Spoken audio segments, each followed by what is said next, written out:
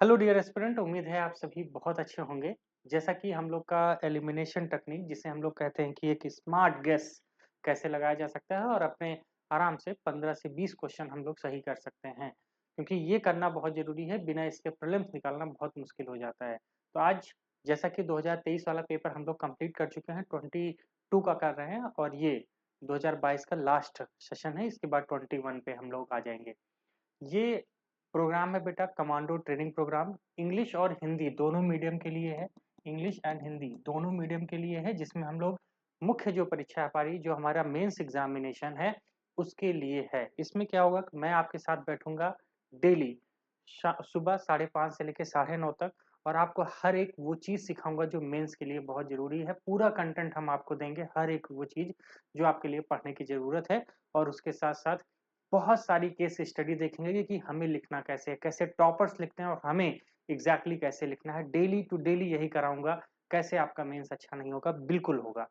कोई भी, चाहे वो सेकंड आरसी की रिपोर्ट हो, चाहे कोई रिकमेंडेशन हो, कोई कमेटी की रिकमेंडेशन हो, कोई गवर्नमेंट स्कीम हो, कोई भी एग्जाम्पल हो, वो सब मैं आपको दूंगा टॉपिक वाइज। करना बस आपको हमारे साथ है। इसीलिए ये प्रोग्राम ना बहुत बेहतरीन है। कमांडो ट्रेनिंग प्रोग्राम इसीलिए रखा गया कि आपको ना एकदम जबरदस्त मजबूती देगा। ठीक है, बहुत जल्द हम लोग स्टार्ट करेंगे इसको। तो जिनको भी ज्वाइन होना है ज्वाइन हो जाइए। सिर्फ 50 सीटें हैं, ध्यान रखना। Only 50 seats. ठीक है, ध्यान रखना सिर्फ 50 सीटें हैं। और 50 सीटों के लिए ये ट्रेनिंग प्रोग्राम आपके लिए बहुत इंपॉर्टेंट हो जाता है। तो चलिए शुरू करते हैं आज का सेशन। आज का सेशन थोड़ा टेक्निकल है, बहुत मजा आएगा। आइए देखते हैं। तो सबसे पहला क्वेश्चन, हाँ उससे पहले 2023 हमने कर लिया है। इस पे 3 सेशन ऑलरेडी आ चुका है, इसको देख लीजिए जाके। ये आई बटन पे क्लिक करेंगे तो आपको मिल जाएगा। और 2022 ऑन गोइंग है। चलिए अगला क्वेश्चन नंबर 1 क्या रखा है, ध्यान से पढ़ो और यही सिखा रहा हूँ कि क्वेश्चन करना कैसे है। लिखा है with the reference to expenditure. Expenditure ध्यान रखना, expenditure made by an organisation और company which of the following statement are correct. जब कोई कंपनी क्या करती है, एक्सपेंडिचर कुछ खर्चा करती है, तो उसको उनमें से ये स्टेटमेंट कौन सा सही होगा ना? खर्चा, ध्यान रखना खर्चा। ठीक है, व्यय। ठीक है, पहला क्या लिखा है, अगर कोई कंपनी नई तकनीक लेती है, नई तकनीक पे खर्चा करती है, तो उसे कहा जाएगा पूंजीगत व्यय। क्या कहा जाएगा बेटा? Capital expenditure. जैसे अपने घर में आप एसी लेकर आते हो, टीवी लेकर आते हो, कोई फ्रिज लेकर आते हो, कुछ भी लेकर आते हो, तो वो क्या है? पूंजीगत है ना, पूंजी हुई, क्योंकि आपकी वो पूंजी बन गई। सिंपल सी बात है, ऐसे ही सोचो। तो उसी तरह नई टेक्नोलॉजी लेकर आए हो, नया फोन लेकर आए, उसी तरह कंपनी ने कुछ नया काम किया, जबरदस्त टेक्नोलॉजी इनेबल्ड किया, है ना? अपनी कंपनी में टेक्नोलॉजी इनेबल किया, तो उससे क्या होता है? उनके लिए वो पूंजी हुई। सीधी सी बात है। भाई हम अपने घर में कुछ ला रहे हैं, तो वो मेरे लिए पूंजी हुई ना। ऐसे ही सोचना है। नहीं पता है तो कोई बात नहीं, पता है तो क्वेश्चन आसान ही था, लेकिन नहीं पता है तो कैसे कर सकते हो? ऐसे लॉजिकल थिंकिंग लगा सकते हैं। अगला पॉइंट देखो, यही समझने वाला है, नीचे वाला। अगर डेट फाइनेंसिंग है, अगर हम किसी से वित्त उधार लेते हैं, वित्त पोषण, ऋण वित्त पोषण को पूंजीगत व्यय माना जाता है। यानी कि अगर हमने क्या किया, डेट फाइनेंसिंग की है, तो सीधी सी बात है, उसे कैपिटल एक्सपेंडिचर माना जाएगा। वहीं पे अगर हमने इक्विटी खरीदा है, तो उसको रेवेन्यू एक्सपेंडिचर माना जाएगा। यानी कि जबकि हम इक्विटी वित्त पोषण करते हैं बेटा, तो उसे कहा जा रहा है राजस्व। इक्विटी क्या होता है? इक्विटी मतलब होता है शेयर। जब आप शेयर मार्केट में कोई शेयर खरीदते हो ना, उसे इक्विटी कहते हैं। अगर पता है देखो, तब तो क्वेश्चन लग पाएगा, नहीं तो ये क्वेश्चन नहीं लग पाएगा। इतना भी पता हो इक्विटी क्या होती है। ठीक है, और मुझे लगता है इकोनॉमिक्स अगर आपने कहीं भी पढ़ा हो, फाइनेंशियल इंस्ट्रूमेंट पढ़ाया गया हो, तो इक्विटी तो पक्का बताया गया होगा कि होता क्या है। ठीक है, अब देखो सवाल में क्या लिखा है, इक्विटी क्या है? राजस्व है। और इक्विटी क्या होता है बेटा? शेयर। शेयर, हर कंपनी के पास कहते हैं ना, इतने शेयर हैं कंपनी के पास। शेयर मतलब ही क्या हुआ? शेयर माने हिस्सा। और कंपनी का जो हिस्सा होता है, वो हिस्सा उसका कैपिटल होता है, क्योंकि कैपिटल का ही तो हिस्सा होगा ना। कैपिटल मतलब उसकी पूंजी, पूंजी के हिस्से को ही शेयर कहा जाता है। सिंपल सी बात है ना।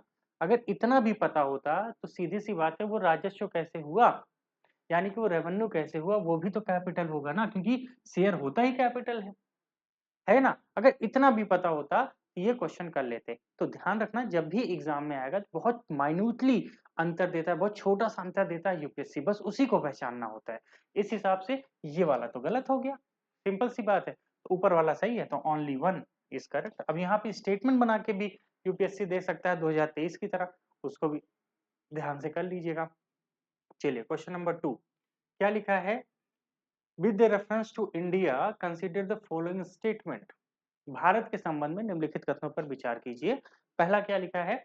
सरकारी कानून अधिकारियों और कानूनी फर्मों के वकीलों के रूप में मान्यता दी जाती है। यानी कि जो सरकारी कानून अधिकारी हैं उनको हम वकील कह सकते हैं, या जो कानूनी फर्म है उनके जो मेंबर होते हैं उनको वकील कहा जाता है। लेकिन जो कॉर्पोरेट वकील है या जो पेटेंट के वकील हैं उनको वकील के रूप में मान्यता से बाहर रखा जाता है। अब आप खुद सोचो, कंपनियां बड़े-बड़े, जैसे क्लैट का एग्जाम आप क्वालिफाई करते हो, खुद सोचो ना, क्लैट का एग्जाम कोई दे रहा है। अब यूपीएससी जानते हो तो क्लैट भी जानते होगे, है ना? अब क्लैट का एग्जाम कोई दे रहा है तो वो कॉर्पोरेट में लॉयर बनने के लिए दे रहा है और उनको वकील ही नहीं मानेंगे। सिंपल सी बात, सोचो ना थोड़ा सा। वैसे भी अगर नहीं पता है तो वैसे भी सोचना चाहिए कि भैया अगर कोई कॉर्पोरेट लॉयर है, लॉयर ही लिखा है उसके आगे, पेटेंट अटॉर्नी है लिखा है, तो क्या उसको हम लॉयर नहीं मानेंगे, एडवोकेट मैन? क्यों भैया, कॉर्पोरेट के लिए अलग से जो है वो होते हैं, ट्रिब्यूनल्स होते हैं, उसी तरह पेटेंट के लिए अलग से ट्रिब्यूनल होते हैं। वहां के वकील वकील नहीं है क्या? सिंपल सी, कितना जबरदस्त बेवकूफ बनाता है यूपीएससी और हम फंसते हैं। तो ऐसे स्टेटमेंट सीधा गलत काट दो भाई, ऐसे कैसे हम मान ले आपके कहने से। और दूसरा क्या लिखा है? जो बार काउंसिल होती है उसके पास कानूनी शिक्षा और लॉ कॉलेजों को मान्यता से संबंधित नियम बनाने की शक्ति होती है। इसलिए क्योंकि पूरा कोड जो होता है वो बार काउंसिल पे चलता है, इसलिए तो ये बेटा सही होगा। तो बी ऑप्शन हमारा सही है। ऐसे करके ना आपको थिंकिंग करनी है और जब सोचोगे ना तब हो पाएगा, नहीं तो कुछ नहीं हो पाएगा। पहला स्टेटमेंट तो काटा जा सकता था। अगर बार काउंसिल के बारे में नहीं पता है तो आज जान लो कि बार काउंसिल के पास पावर होती है, क्योंकि बार काउंसिल बहुत ताकतवर होता है कोर्ट में। ठीक है, ध्यान रखिएगा। चलिए, बहुत ज्यादा है नहीं कि मैं बहुत ज्यादा, क्योंकि समय की बहुत कमी है, तो बस इतनी बात ध्यान रखना है कि ऐसे स्टेटमेंट आए तो आपको थोड़ा सा समझना जरूरी है। अगला क्वेश्चन बहुत अच्छा है। देखो क्वेश्चन नंबर 3 क्या लिखा है? निम्नलिखित कथनों पे विचार कीजिए। आगे लिखा है, इसमें से कौन ओपन सोर्स डिजिटल प्लेटफॉर्म बनाया गया है? ओपन सोर्स, ओपन सोर्स माने क्या होता है बेटा? ध्यान से सुनो। ओपन सोर्स मतलब होता है जिसको कोई भी यूज करे, कोई रिस्ट्रिक्शंस नहीं है। हम जो है हम भी यूज कर सकते हैं, पड़ोसी गया वो भी यूज कर सकता है। अब जैसे पहला लिखा है आरोग्य सेतु, सरकार का है, सीधी सी बात है। अब बताओ, कोई भी जाके यूज कर सकता है ना, मुझे आरोग्य सेतु में जाके चेक करना है चीजें, मैंने चेक कर लिया। दूसरा कोविन, याद करिए जब कोविड 19 में वैक्सीन लगती थी तो कोई भी जाके अपना रजिस्ट्रेशन कर सकता था ना। ओपन सोर्स मतलब कोई भी यूज कर सकता है, जैसे यूट्यूब ओपन सोर्स कोई भी यूज कर सकता है। उसी तरह डिजी लॉकर, ध्यान रखना ये भी सरकार का है। यहाँ अपनी इंपॉर्टेंट चीजें आप लॉक करके रख सकते हो, जैसे आपका आधार हो गया, पैन हो गया, कुछ भी हो गया, या ड्राइविंग लाइसेंस हो गया, या जो भी चीजें हैं आपको डॉक्यूमेंट है डिजिटल फॉर्म में लॉक कर सकते हो, ये भी है। अगला दीक्षा, दीक्षा एक लर्निंग प्लेटफॉर्म है, ये भी है गवर्नमेंट का, ये भी ओपन सोर्स है। मतलब अब यहाँ पे पूछा है ओपन सोर्स, थोड़ा सा भी माइंड लगाते और सोचने की कोशिश करते, क्या मैं आरोग्य सेतु ओपन कर सकता हूँ कि नहीं। अगर ये भूल रहे हो कि ओपन सोर्स क्या होता है, तब तो भाई दिक्कत है। अगर इतना भी नहीं पता है तो यूपीएससी का एग्जाम नहीं होने वाला, ध्यान रखना। थोड़ी नॉलेज थोड़ा गेस एग्जाम में हेल्प करेगा। ऐसी कोई ट्रिक नहीं है कि मैं आपको बताऊं और सीधा उत्तर मार दो। लॉजिकल थिंकिंग तभी आती है जब आपको चीजें थोड़ी बहुत पता होंगी। ठीक है, ये चीजें करके ये क्वेश्चन लगाया जा सकता था। आपको ये सोच सकते, क्योंकि कोविड 19 में ऐसा कोई व्यक्ति नहीं था जिसने क्या किया होगा, कोविड पे जाके अपना रजिस्ट्रेशन ना किया हो। उसी तरह दीक्षा है, उसी तरह डिजी लॉकर, दीक्षा का तो ऐड वगैरह आता था। तो ये सीधी सी बात है, यहाँ चारों चीजें वैसी हैं। ऑप्शन 4 मतलब 1 2 3 4 इज करेक्ट। ठीक है, विश्वास करो बहुत आसान सा सवाल था। बहुत सारे एस्पिरेंट इसको सही करके आए थे, जैसे मैं थिंक कर रहा हूँ ऐसे ही थिंकिंग करके। ठीक है, आपको भी ऐसे ही सोचना है कि ओपन सोर्स मतलब कोई भी जा सकता है, तो इस प्लेटफॉर्म पे कोई भी जाके चीजें देख सकता है। अगला क्वेश्चन नंबर 4 क्या कह रहा है? कम्युनिकेशन टेक्नोलॉजी इनमें से कौन कौन सी है? Consider the following following communication technology, और यानी कि संचार प्रौद्योगिकी इनमें से कौन कौन सी है। ठीक है, अब इसमें पूछ रहा है which of the following are considered communication short term range device technology, short term range device technology. तो सबसे पहला क्या लिखा है? क्लोज सर्किट टेलीविजन, जिसे हम सीसीटीवी कहते हैं बेटा, जानते ही होंगे। क्लोज सर्किट टेलीविजन कहते हैं, टेलीविजन मतलब टीवी, तो क्लोज सर्किट मतलब सीसीटीवी। अब बताओ, सीसीटीवी से कहीं कैमरा लगा है तो क्या बहुत लंबे दूर तक देख पाओगे क्या? थोड़ा सोचो, ऐसे ही नहीं देख सकते। तो सीसीटीवी शॉर्ट रेंज हो गया ना, शॉर्ट रेंज हो गया, बिल्कुल हो गया। अगला रेडियो फ्रिक्वेंसी आइडेंटिफिकेशन, जैसे आपका ब्लूटूथ, अगर आपने ब्लूटूथ के बारे में पढ़ा हो, वाईफाई के बारे में पढ़ा हो, तो ये सब रेडियो फ्रिक्वेंसी पे काम करते हैं। क्या बहुत दूर तक चलते हैं क्या? नहीं, ध्यान रखना। तो ये सब कम्युनिकेशन शॉर्ट टर्म रेंज के लिए होता है, ठीक है। इसी तरह आपके शहर में रेडियो जो चलता है, तो रेडियो के लिए एक टावर लगाया जाता है जो आसपास के एरिया को कवर करता है, ठीक है। तो रेडियो फ्रिक्वेंसी है, ठीक है, ये भी सही है। अगला है wireless note, wireless local network. अब लिखा है ये लोकल, लोकल मतलब हो ही गया शॉर्ट रेंज, खुद सोचो, ठीक है। अब ऐसा क्वेश्चन जो गलत करके आ रहा है वो माथा फोड़ेगा, कभी यूपीएससी नहीं निकाल सकता, लिख के रख लो। अगर आप इतना पढ़ के शॉर्ट रेंज की और चीजें फाइंड आउट नहीं कर पा रहे हो तो कैसे होगा? वायरलेस वाईफाई चलाते हो ना, वायरलेस कहते हैं उसको, और कितनी दूर तक जाता है? शॉर्ट रेंज ही तो होती है। तो सीधी सी बात है, तीनों सही है, ऑप्शन डी आर करेक्ट, 1 2 3, ठीक है। ऐसे ही ध्यान रखना है, आपको भी चीजें बहुत ध्यान से पढ़नी है और उस पर एक लॉजिकल थिंकिंग करनी है, आपका एग्जाम में आंसर होगा, 100% होगा, ठीक है। चलिए नेक्स्ट क्वेश्चन की बात करते हैं, क्वेश्चन नंबर 4, सॉरी 5, है ना।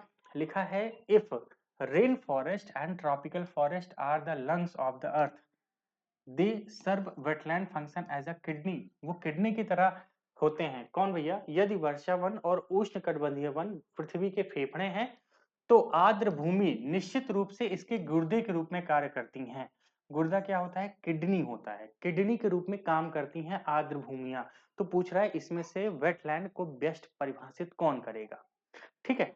अब यूपीएससी ने गुर्दा क्यों लिखा, किडनी क्यों लिखा? क्योंकि आप किडनी के बारे में सोचिए, किडनी काम क्या करती है।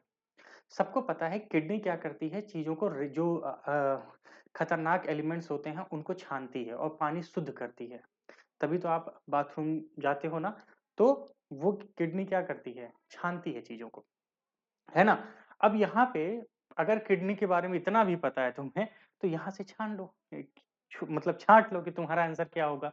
अब पहला क्या लिखा है कि आर्द्र भूमि जल चक्र में सतही अपरवाह और उपमृदा अंतर्स्राव और वाष्पीकरण में शामिल होता है, ठीक है। जल चक्र की बात कर रहा है, water cycle wetland involve the surface run of, सब सॉइल, आगे परकोलेशन एंड एवापोरेशन, ये लिखा है, ठीक है। अगला क्या लिखा है? शैवाल पोषक आधार बनते हैं जिस पर मछलियां, क्रस्टेशियंस, मोलास्क, पक्षी, सर्पिसृत और स्तनधारी पाए जाते हैं, एल्गी। अभी ऐसा तो ये मुझे क्या लगता है कि ये स्टेटमेंट तो जुड़ ही नहीं रहा उससे, जुड़ ही नहीं रहा किडनी से, ठीक है। आगे लिखा है, आर्द्र भूमि अवसादन संतुलन और मिट्टी के स्थिरीकरण को बनाए रखने में महत्वपूर्ण भूमिका निभाती हैं। अब देखो, vital role maintaining the sedimentation and soil stabilization, यहाँ पे बात हो रही है किडनी के फंक्शन, किडनी किस तरह काम करती है। अगला देखिए, aquatic plant absorb heavy metals and excess nutrition. अब जो एक्वेटिक प्लांट होते हैं, कहाँ पे? यहाँ पे वो क्या करेंगे? एब्जॉर्ब करेंगे हैवी मेटल्स को और एक्सेस न्यूट्रिएंट को। ज्यादा अगर प्रॉब्लम है उसको एब्जॉर्ब कर लेंगे, छान देंगे। क्या लिखा है? जलीय पौधे भारी धातुओं और अतिरिक्त पोषक तत्वों को अवशोषित कर लेते हैं, अवशोषित छान लेते हैं, यानी कि उनको जो चीजें भारी धातु है, वो जो नुकसान पहुंचा सकती है उसको खत्म करती है। किडनी भी यही काम करती है, चीजों को छान लेती है, सिंपल सी बात है। और कोई ऑप्शन मैच ही नहीं कर रहा है, ठीक है। विश्वास करो, मैच ही नहीं कर रहा। जब मैंने अपनी क्लास में ये पूछा था ना, और जब मैंने चीजों को सिखाया था, तो उसमें कई सारे लोगों ने सीधा डी मारा था कि सर यही हो सकता है, क्योंकि बात है किडनी की। हमें सोचना उसी तरह से है जैसे क्वेश्चन पूछा गया है, और नहीं सोचेंगे तो प्रॉब्लम रहेगी। आप खुद सोचो ना, यहाँ पे क्या बात कर रहा है इंपॉर्टेंस की? नहीं, पूछ रहा है कि निश्चित रूप से गुर्दे के रूप में काम करती है, तो इसमें कौन सा कथन सही है जो उसका सर्वोत्तम रूप दिखाता है गुर्दे का? तो यही तो दिखाता है ना, सिंपल सी बात है कि नहीं। तो ऐसे ही क्वेश्चन करते रहिए। 22 के हमने सभी क्वेश्चन जो इंपॉर्टेंट थे, जो उस पे कुछ हम ट्रिक करके सॉल्व कर सकते थे, वो मैंने बता दिए। अगला सेशन 21 पे होगा, उसको करते रहिए। सेशन पसंद आ रहा तो लाइक करो, चैनल को जरूर सब्सक्राइब कीजिए, और अपना कमेंट हमें जरूर बताइए आपको सेशन कैसा लग रहा है, और आप क्या इंप्रूवमेंट चाहते हैं, वो हर एक चीज हम आपको बताएंगे, ठीक है। चलिए, thank you so much, bye, मिलते हैं अगले सेशन में, तब तक के लिए थैंक यू।